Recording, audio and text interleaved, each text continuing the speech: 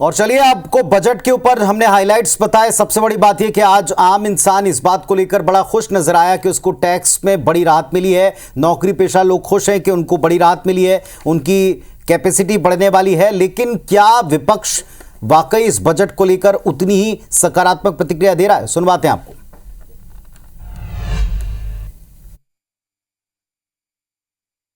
ये जो बजट है, अगर हम इसको 12वां मान लें, 11वां मान लें, 12 साल बाद कुंभ आता है। जो सरकार को आंकड़े देने चाहिए थे, हमारे लिए आज बजट के आंकड़ों से ज्यादा जरूरी है कि जिन लोगों की जान गई है वो आंकड़े। सबसे ज्यादा तो स्टेटों के नाम देखिए, बिहार जहाँ पे चोन आ रही है, बिहार बिहार बिहार, उसके बाद असम की आ रही है तो असम, पंजाब का तो नामो निशानी है। वो किसान धरने में बैठे 4 साल से एमएसपी की लीगल गारंटी के लिए। किसान के लिए क्या मखाना बोर्ड, ये बोर्ड, वो बोर्ड, सो किसानों के विरुद्ध एक बजट था और किसान जो उसके लिए लड़ाई लड़ रहे हैं उनकी तो कुछ सुनी नहीं गई, तो दुख है। ये वही पुराना बजट है जो पिछले 10 सालों से हम सुनते आ रहे हैं, जहां पर शब्दों के अलावा न गरीब को कुछ मिलता है, न किसान को कुछ मिलता है, न मध्यम वर्ग को कुछ मिलता है। सरकार का ये पुराना खेल है कि वो दिखाते एक है और जब आप बारीकी में जाते हैं तो देखते हैं कि इसमें कोई फायदा नहीं हुआ है।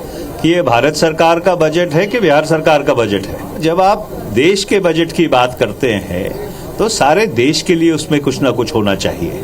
और ये बड़ी दुर्भाग्यपूर्ण बात है कि जिन बैसाखियों पे सरकार चल रही है, उन बैसाखियों को स्थिर रखने के लिए उन्होंने बाकी मुल्क की जो विकास है उसको बिल्कुल दांव पे लगा दिया। तो विपक्ष की प्रतिक्रिया आपने सुनी, चाहे इसमें समाजवादी पार्टी हो, पंजाब से पार्टियां हो या फिर बिहार को लेकर हुई घोषणाओं का विरोध करती हुई कांग्रेस पार्टी। उनका कहना है कि ऐसा लगा केंद्र का नहीं बल्कि बिहार का बजट है। क्यों? इसकी वजह सबको स्पष्ट है कि बिहार में चुनाव है और सभी ने माना है कि बिहार का असर इस पर आएगा। ये पहले से प्रेडिक्ट था और वैसा ही इसमें होता हुआ दिखाई पड़ा। अब आम जनता की प्रतिक्रिया जानने की बारी, क्योंकि ये आम बजट है।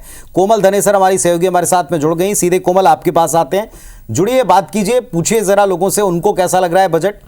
बिल्कुल नीचे ये जो बजट है बिल्कुल खुश करने वाला बजट है, जो इंतजार है खास सर्विस क्लास के लोगों को। और हम भिलाई की अगर बात करें, औद्योगिक नगरी है, यहाँ पर शिक्षा, स्वास्थ्य के साथ में बड़ी इंडस्ट्रीज और एक बहुत बड़ा रेवेन्यू जनरेट होता है। व्यापारियों के लिए भी ये बजट बहुत अच्छा रहा। इस वक्त वो चेंबर ऑफ कॉमर्स की टीम के साथ, जिसके साथ सीए की एक्सपर्ट टीम है और जो पब्लिक से जुड़ी बातें बताती है।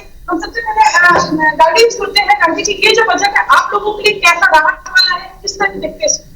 ये बहुत अच्छा बजट सरकार का रहा है, क्योंकि सरकार ने खर्च करने की सीमा, लोगों के हाथ में ज्यादा पैसे जाएं, ज्यादा वो खर्च कर पाए। क्योंकि जब तक ये लोगों के हाथ में पैसे नहीं रहेंगे और वो खर्च नहीं करेंगे, तब तक आपकी जीडीपी ग्रो नहीं करेगी, इकोनॉमी बढ़ेगी। और अभी वर्तमान परिवेश में हमारे देश में मिडिल क्लास की परिभाषा भी बदल गई। अब मिडिल क्लास अपर मिडिल और लोअर मिडिल में बाइफरकेट हो रहा है। तो जो 12 लाख रुपए का टैक्स रेजिम अभी जो छूट हमको मिल रही है, उसमें लगभग कैलकुलेशन करेंगे तो 75-80 हजार के आसपास की बचत हाथ में लोगों को आ रही है। और आपकी लोन लेने की कैपेसिटी में इजाफा होने वाला है, आपकी इनकम बढ़ती दिखेगी, क्योंकि बैंक आपकी प्रोफाइल को आपकी इनकम के हिसाब से देखता है। जो 7 लाख रुपए लास्ट ईयर था, तो अगर आपके घर में 4 लोग हैं तो जो 28 लाख रुपए की जो आपकी एक नंबर की रकम बनती थी, वो 48 लाख रुपए बनने वाली है नेक्स्ट फाइनेंशियल ईयर। और पैरेलली एग्रीकल्चर को लेकर, क्योंकि जहां जहां संभावनाएं हैं देश में, जिन जिन सेक्टर्स में संभावनाएं हैं, इंडस्ट्री में, एग्रीकल्चर में, वहां सरकार ने फोकस किया है। हमारा एक्सपोर्ट कैसे बढ़ सकता है उस पर सरकार ने फोकस किया है, क्योंकि जैसे टॉय इंडस्ट्री को लेकर, अन्य कई इंडस्ट्रीज को लेकर सरकार ने बजट में फोकस रखा है। एग्रीकल्चर को लेकर अभी एक फर्टिलाइजर प्लांट बजट में प्रावधान है देश में लगाने के लिए। किसान क्रेडिट कार्ड को 3 लाख से 5 लाख रुपए किया गया है। वैसे छोटे ट्रेडर्स, छोटे उद्योग के लिए सरकार ने बजट में रखा है कि 10 लाख इस बार क्रेडिट कार्ड जारी करेंगे, इसमें 5 लाख रुपए तक का इंस्टेंट लोन सरकार देगी। कुल मिलाकर आपको लगता है कि हर वर्ग का पूरा ध्यान रखा गया है? निश्चित तौर पर आप इस बजट को देखते हैं, और खासकर भिलाई की अगर बात करें तो हमारा एक छत्तीसगढ़ का एक इकोनॉमिक भिलाई से बहुत बड़ा प्रभावित होता है। तो इस बजट को व्यापारी सम्मान के रूप में देखता हूँ कि पहली बार ऐसा हुआ है कि व्यापारियों का, जो मिडिल क्लास व्यापारी है, जो छोटे और मध्यम जो व्यापारी हैं, उनका दायरा बढ़ाने की कोशिश की गई। एक एमएसएमई का जो दायरा था उसको इन्वेस्टमेंट को लेके 2.5 गुना उसमें इजाफा कर दिया गया है। टर्नओवर को लेके जो उनकी लिमिट सेट थी उसको 2 गुना बढ़ा दिया गया है। इसका मतलब सरकार मान रही है कि इस समय व्यापार करने की क्षमता बढ़ रही है। दूसरी तरफ से हमारी क्रेडिट लिमिट के ऊपर भी ध्यान दिया जा रहा है। छोटे व्यापारियों के लिए एक अलग से लिमिट सेट की गई है। जो बड़े व्यापारी हैं, अब वो ये हो सकता है कि 12 लाख रुपए से ऊपर जब उनकी इनकम जाएगी, वो टैक्स पटाने की उनकी क्षमता बढ़ेगी, तो क्रेडिट लेने की उनकी क्षमता भी बढ़ेगी, लिमिट भी बढ़ती चली जाएगी। इस रूप में हम देख रहे हैं बहुत सारे डेस्टिनेशंस क्रिएट किए जा रहे हैं कि जिस जगह पे नए स्पॉट्स हो सके, डेस्टिनेशंस हो सके, ये एक बड़ा अच्छा प्रयास है। दूसरा,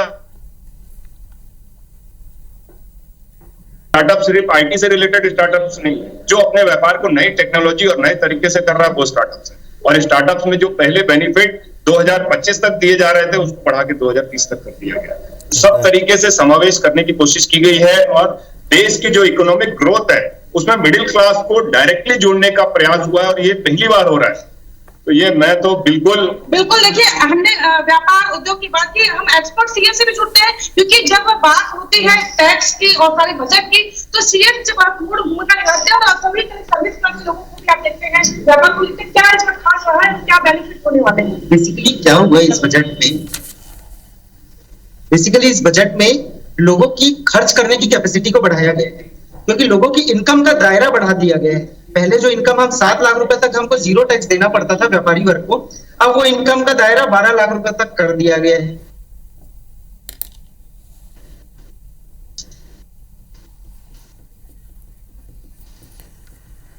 तो भिलाई से अभी हम देख रहे थे लाइव, हालांकि बीच में जो जनता बोल रही है उसके सभी के रिएक्शंस को अगर आप देखें मिला जुलाकर तो एक पॉजिटिव रिस्पांस हमको दिखाई पड़ता है। लेकिन उसके पहले हमने एक पॉलिटिकल रिएक्शन दिखाया था। हमारे साथ अजय जी, अजय साहू जी। अजय जी, अभी आपने छत्तीसगढ़ के वित्त मंत्री जी को सुना, आपका इस पर क्या रिएक्शन? उन्होंने कहा इसमें सबके ऊपर, ज्ञान में हर वर्ग के ऊपर पूरा ध्यान दिया गया सरकार के द्वारा। देखिए पुनीत जी, मैंने जो लोगों के रिएक्शन सुने, हाँ, तो मुझे ऐसा लगता है कि जो महारत केंद्र की सरकार को हासिल है वो उसमें सफल होती जा रही है। उसने केवल एक कागज में आपका दायरा बढ़ा दिया। जो लोगों की इनकम नहीं थी, अब वो लोग 12 लाख रुपए तक के कमाने के योग्य बन जाएंगे। और जो ये बगल में मेरे सीए साहब बैठे हैं, ये लोग उनको ज्ञान देंगे कि आपको इतने तक का टैक्स नहीं लगना है, तो आप इतने का इनकम दिखाइए। तो सरकार के आंकड़ों में जो गरीब था वो पैसे वाला बन जाएगा कागज में, और वो आंकड़े, जो गरीबी की जो आंकड़े हैं वो धीरे धीरे कम होते जाएंगे। और बैंक उन आंकड़ों को देख करके जब उन गरीबों को लोन देगा और वो गरीब जब नहीं पटा पाएगा, तो इस तरीके की जो सूचनाएं हमको देखने को मिलती है कि लोग आत्महत्या कर रहे हैं कर्ज से परेशान होकर, तो ये देश में वो स्थिति आने वाली है। जो अफीम केंद्र की सरकार ने इस देश के लोगों को चटाई है, उसका असर होता दिख रहा है आपके रिएक्शन से। जबकि लोगों की आय ना बढ़ी है, महंगाई बढ़ी है, तो आपकी खर्च करने की कैपेसिटी कैसे बढ़ जाएगी, ये आपको समझना होगा। शेयर बाजार ने तो आज इस बजट को नकार दिया है, शेयर बाजार लगातार नीचे जा रहा है। तो ये बात है, हम जो बात कहते हैं कि भारतीय जनता पार्टी झूठ बोलने की फैक्ट्री है, लोगों को गुमराह करने की मशीन है, वो चीज आज यहां पर साबित होती जा रही है। 2047 की बात ये कर रहे हैं, जबकि इनको जनादेश 2028 तक का मिला है। इसी से समझ जाओ कि ये लोग कितने बड़े फर्जी हैं, इनका क्या विजन है, ये किसका भला चाहते हैं। ये देश को पूंजीपतियों के हाथों में गिरवी रखना चाहते हैं और ये उसी दिशा में आगे बढ़ रहे हैं। ठीक बात है अजय जी, ये लेकिन देश के लोगों को हक है कि वो अपना रिएक्शन जैसा भी चाहते हैं वैसा पेश करें। अब ये अफीम है या वाकई असरदार कोई मेडिसिन है, ये मेडिसिनल प्लांट के तौर पर काम करेगा ये वाला बजट, या फिर अफीम के तौर पर उनको एक किसी नशे में रखेगा, गुमान में रखेगा, ये समझ में आएगा कुछ समय बाद इसके इम्पैक्ट पर। लेकिन फिलहाल जो अभी सामने चीज़ें दिखाई पड़ रही हैं, बिहार के इलेक्शन हैं, बिहार पर उनका पूरा तवज्जो है। अब सीधा पॉलिटिकल सवाल, इसका असर आपको लगता है बिहार में आपके लिए चैलेंज बढ़ जाएगा, आपके साथी जेडीयू उनके लिए आसानी हो जाएगी, आपके मतलब सरकार के साथी के लिए आसानी हो गई, लेकिन आपके लिए आरजेडी के लिए वहाँ मुश्किलें बढ़ जाएंगी, क्योंकि पूरी तरीके से बिहार पर फोकस है। देखिए पुनीत जी, इससे पहले भी इनकी सरकार ने बिहार को 1000 करोड़ का पैकेज दिया था और लोक लुभावने वादे भी किए थे। लेकिन ये सारी चीज़ों का असर कितना होता है ये त्वरित में इसका रिजल्ट देखने को मिलता है, लेकिन जब व्यक्ति इसका एनालिसिस करता है, गहराई में जाता है, तो उसको समझ में आता है कि उसके साथ क्या हो रहा है। तो मुझे नहीं लगता कि इसका कोई खास असर या हमारे लिए कोई चुनौतियां बिहार में होगी। लेकिन ये लोग जिस तरीके से जिस राज्य में चुनाव होता है केवल उसको प्राथमिकता देते हैं और देश के बाकी राज्यों के साथ जहां चुनाव हो चुके होते हैं उसके साथ सौतेला व्यवहार करते हैं, तो बाकी राज्यों के जो लोग हैं उनको भी ये सोचना चाहिए क्या ये जो सरकार है वो हिंदुस्तान के हित में काम कर रही है या भारतीय जनता पार्टी को का हित कैसे हो उस दिशा में काम कर रही है। तो ये सोचने का काम निश्चित तौर पर, जिस तरीके से आपने कहा अभी कि सरकार ने अफीम चटाई है या मेडिसिन दी है, तो ये सोचने का काम भी जनता को है, जनता का है, लोकतंत्र की यही खूबसूरती है। लेकिन इससे पॉलिटिकल पार्टीज के रूप में हमारे लिए कोई चुनौती नहीं है। हम उनकी नाकामियों को लेकर के जाएंगे, उन्होंने जो वायदे किए थे उन वादों को उन्होंने पूरा नहीं किया गया है, इसको लेकर के हम जाएंगे और हम अपने कार्यकर्ताओं के दम पर चुनाव पर जाएंगे और जो आदेश होगा उसे स्वीकार करेंगे। वो पार्टियां अपना अपना निश्चित तौर पर काम करेंगी, लेकिन बजट में जब बार बार बिहार आया तो बिहार आने पर बिहार के नेता इस वक्त अगर आप देखें नेशनली, अभी हम जैसे देख रहे हैं शत्रुघ्न सिन्हा समेत तमाम वहां से आने वाले अलग अलग पार्टी के लीडर्स जो हैं वो अपने अपने हिसाब से इस पर अपनी प्रतिक्रिया दे रहे हैं और ज्यादातर लोगों की प्रतिक्रिया यह है कि बिहार का असर, चुनाव का असर और उसकी तैयारी अभी से दिख रही। वापस छत्तीसगढ़ लौटते हैं। राजेश राज हमारे सहयोगी इस वक्त रायपुर में मौजूद हैं, आम लोगों के बीच में, अलग अलग वर्गों के बीच में। कल हमने उम्मीदें पूछी थी, आज जरा असर पूछिए। क्या लोग मानते हैं वाकई राहत मिली है या झुंझुना मानते हैं जैसा कि कांग्रेस की रिएक्शन है?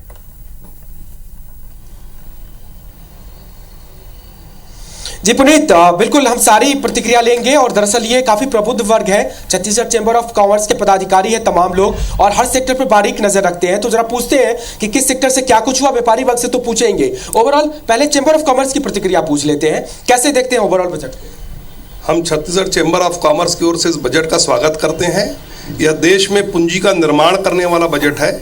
जो इनकम टैक्स में छूट मिली है जिससे नौकरी पेशा मध्यम वर्गीय व्यापारी सभी की ही कैपिटल बढ़ेगी, उनकी एक आय में वृद्धि होगी और जो आय में वृद्धि होगी उससे उनकी क्रय क्षमता बढ़ेगी जिससे बाजार में उद्योग व्यवसाय को भी काफी बूस्टअप मिलेगा। इस बजट में मिडिल क्लास के लिए काफी कुछ दिया गया है, ऐसी बात कही जा रही है। मैं आपका कैलकुलेशन देख रहा था, क्या कुछ मिला है मिडिल क्लास? देखेंगे कि जो मिडिल क्लास को है अच्छा फोकस किया गया है, चाहे वो इनकम टैक्स की स्लैब को बढ़ाया गया हो, चाहे वो लोन की सीमा को बढ़ाएगा। 2 करोड़ तक के अब लोन दिया जाएगा नए उद्योगों को, तो कहीं ना कहीं इसका प्रभाव अच्छा पड़ेगा और जीडीपी में भी इसका इफेक्ट पॉजिटिव पड़ेगा। जो टैक्स स्लैब की बात हो रही थी, क्या उसमें मिडिल क्लास को राहत मिल पाई? टैक्स स्लैब में जो है न्यू टैक्स रिजीम में बदलाव लाया गया है जिसमें 12 लाख तक के अब किसी भी प्रकार का टैक्स नहीं लगेगा।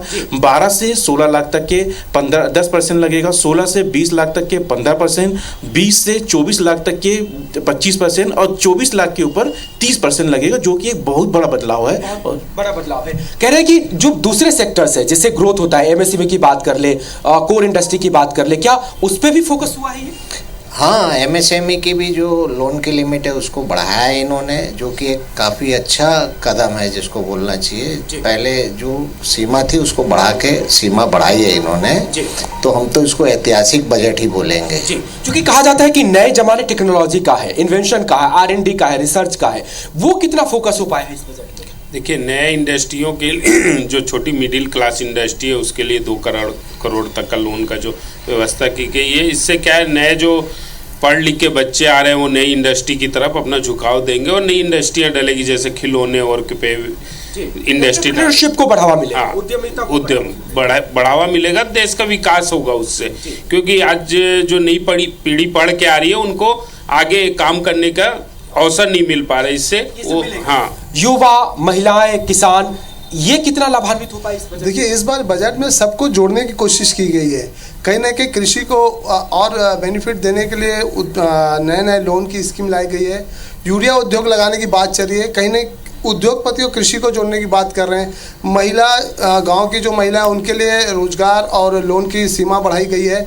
अगर हम देखें, युवा, महिला और उद्योगपति, इन तीनों को साधा गया है और भरपूर साधा गया। और इस बार सबसे ज़्यादा जो साधा गया वो किसान को साधा गया है। किसान के लिए इस बार का बजट बहुत ही शानदार बजट है। ओवरऑल कौन सी ऐसी चीज आपको इस बजट में लगती है जो देश को काफी नए आयाम तक लेकर के जाएगा? अगर मैं आदरणीय मोदी जी का 10 वर्ष का शासन में इस वर्ष जो उन्होंने जो बजट किया, एक ऐतिहासिक बजट था। उनका विजन था कि हम 2047 में भारतवर्ष को किस प्रकार से हम विकसित करें, उस बजट जो दिख रहा है वो झलक दिख रहा है। हर विकसित भारत की झलक बिल्कुल बिल्कुल विकसित भारत की झलक है हर सेक्टर में, चाहे वो उद्यमी हो, चाहे वो किसान वर्ग हो, चाहे युवा हो, चाहे वो स्वास्थ्य हो, हर क्षेत्र में उन्होंने किया ऐतिहासिक बजट, न भूतो न भविष्य।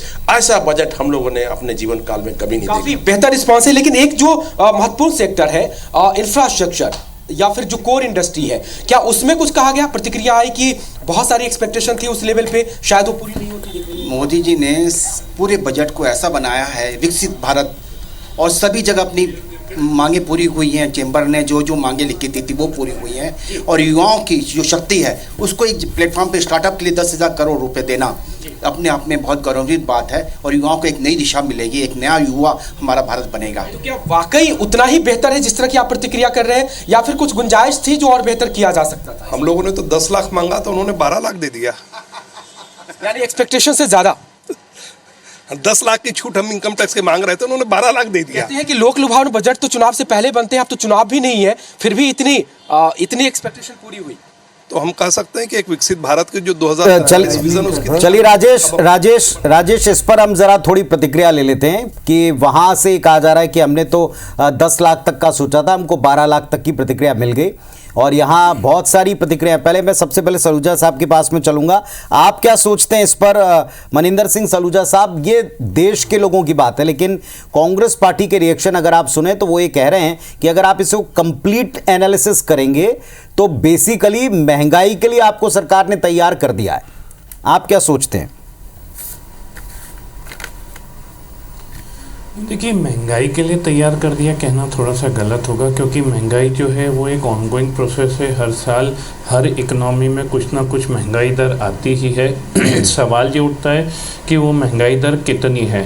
यदि वो जैसे हमारे देश में आरबीआई एक्ट में 4% की महंगाई दर का जिक्र किया गया है, ±2%। यदि इस रेंज के बाहर महंगाई दर जाती है ठीक तो है, चिंता का फाइनली हम लोग कंक्लूड कर रहे हैं। इस पैनल से मैं हर एक किसी से पूछूंगा, आपके मुताबिक अगर आप इसे 5 में से पॉइंट्स देना चाहें बजट को, कितने पॉइंट्स आप देंगे?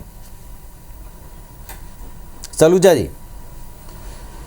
देखिए नंबर देना थोड़ा सा जो है वो एक गलत बात हो जाएगी, क्योंकि कोई भी बजट जो है इमीडिएट इम्पैक्ट नहीं देता। इसका short term, medium term, long term तीनों इम्पैक्ट होते हैं।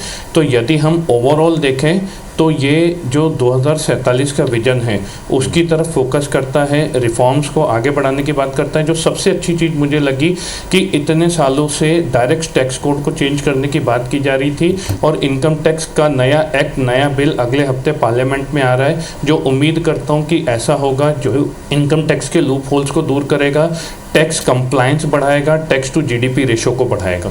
तो फिर आपने तो सारे इसके पॉजिटिव पॉइंट्स देखे हैं, तो इसे हम मान सकते हैं कि औसत से बेहतर आप इसे मानते हैं। फिलहाल अजय जी आप अपनी प्रतिक्रिया दे दें, मार्किंग दे दें इसको। मैं इस बजट को 0 दूंगा। चलिए ठीक है, ये आपके विपक्ष की प्रतिक्रिया है। एक प्रतिक्रिया हमको और मिल रही है सत्ता पक्ष की तरफ से।